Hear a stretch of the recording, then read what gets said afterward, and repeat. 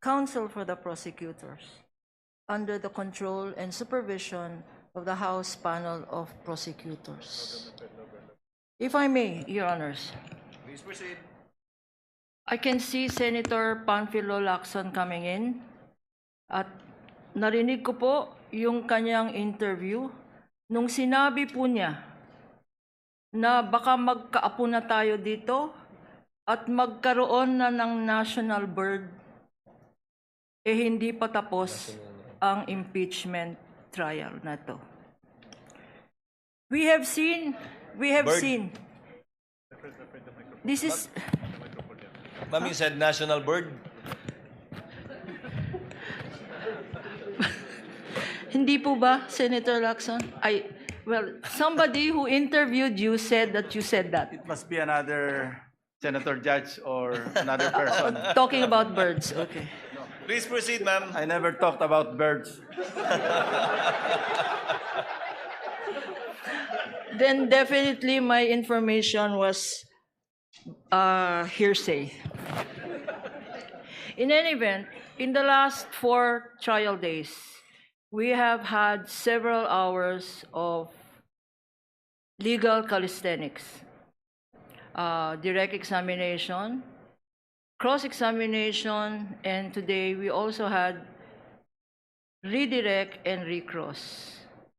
A total of approximately 8 hours a day, and 2 witnesses. Today we are supposed to hear a subpoenaed witness, Attorney Zulaika Lopez.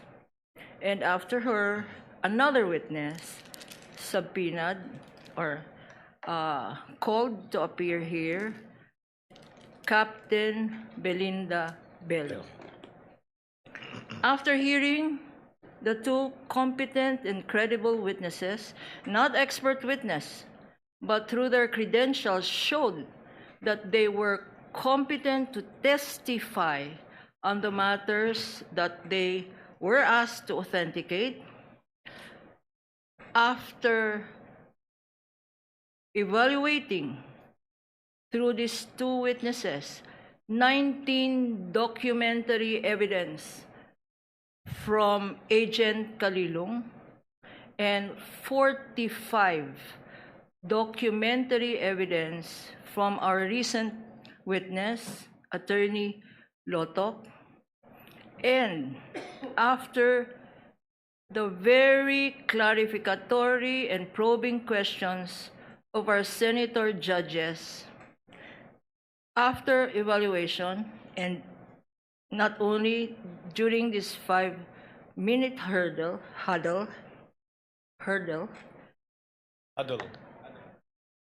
pero hurdle na rin po yun. It is the wisdom of the public prosecutors as expressed through this representation that we find it totally unnecessary, redundant, and a surplusage to still present Attorney Zulaika Lopez and as well Captain Belinda Bello. Let me just state for the record the reasons why.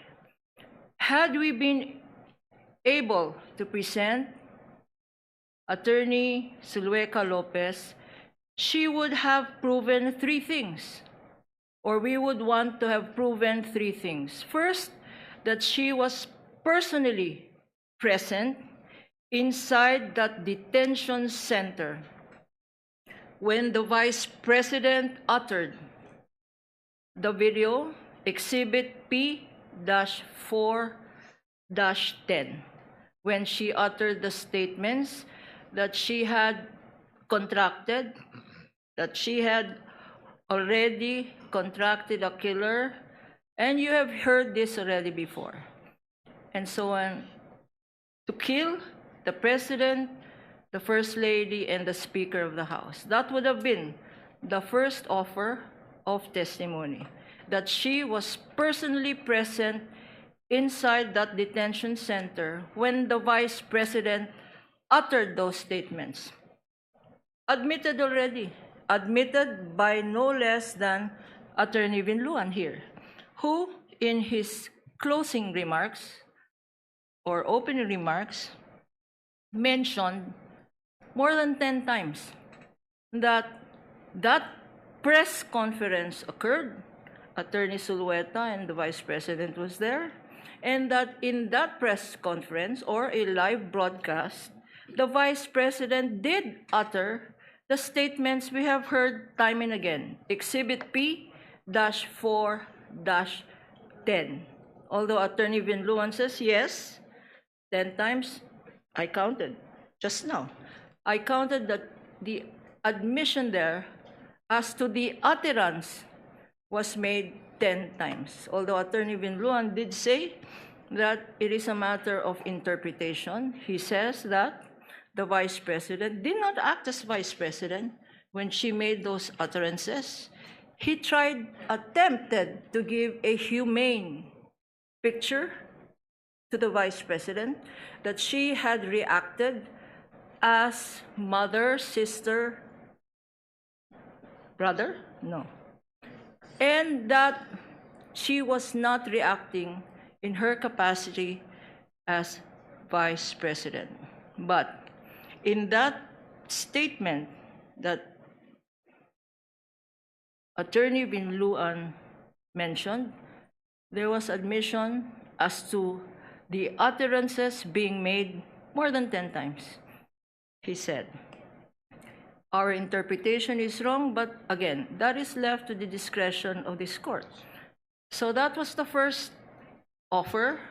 The fact that there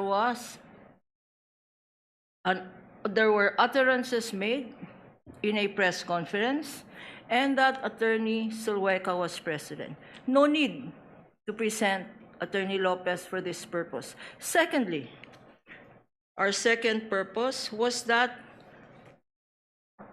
Attorney Zulueta Lopez was not only present, but so were other media personnel present there who heard the utterances of the Vice President. And lastly, we would have offered Attorney Zulueta Lopez to Zulaika Lopez to confirm the authenticity and the provenance of that video, Exhibit P-4-10. Totally unnecessary. Because, why?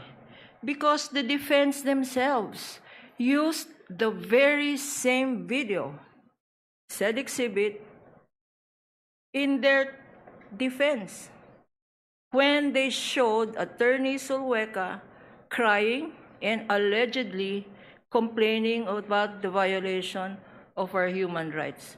So by their own admission, there is no question about this video. And so it is our contention, and we hereby manifest that with these admissions on file, and thank you to the senator judges for the clarificatory questions propounded, and I'd specifically like to say thank you to Senator Tito Sen, Vicente Soto, for, in his brief statement, by virtue of clarificatory, brought us back to what this trial is all about. We are not a criminal court, and much time has been spent. Is there grave threats? Is there inciting to sedition? All of this is relevant. But in the context of, is it by doing these grave threats and by inciting to sedition, does it make the Vice President a violator of the Constitution? Does it make her a violator of her solemn oath of office Is this a high crime? Is this betrayal of public trust? That is what this impeachment is all about. It is not what Attorney Binluan says. If it is grave threats, by all means, we admit. Prison correctional, 6 months to 6 years. And that's a fine of 2,000 pesos. If it is sedition, the same. MTC should be trying these crimes, or the RTC. But that's not what this is all Attorney about. Gaponan, Okay. with your indulgence, kindly Last sentence. take up the matter of the presentation of witnesses. Correct. Because that is the subject at hand. So going back to why we are making this manifestation, we have said, and I have said on behalf of the public prosecutors, Your Honors, that we will no longer be presenting Attorney Zulueta and Zulaika Lopez. And, Your Honors, in addition, because the testimony of Captain Belinda Bello is merely corroborative, she would have been presented only to corroborate the fact that there was a transfer order made in the detention center, and that transfer order had been the subject of the video or press conference of November 23, 2024. And so, Your Honors, we are also no longer going to call as a witness Captain Belinda Bello. With that, Your Honor, I think the reminder of Senator Lacson that the accused, that the respondent is entitled to a speedy trial. The prosecutors would want this to be a reminder to all. We are doing our part. We have reduced trial dates by lessening our presentation on this article by 2 witnesses, Your Honor. And therefore, we would also request that the same be also a reminder to the defense counsels or the counsels for the defense. Your Honor, please, in my 48 years of practice as a private lawyer, and I'm grateful for this chance, I have learned 2 things in litigation. The first thing I have learned is, first, learn when to present and not to present a witness. And second, learn when to stop. And I think that should be our takeaway from this manifestation. We have decided from the evidence presented and from everything in consideration that we will not present these 2 witnesses. And on that note, I will also say we know when to stop. And this is where I stop. Thank you. Thank you, Senator. Thank you, Counsel.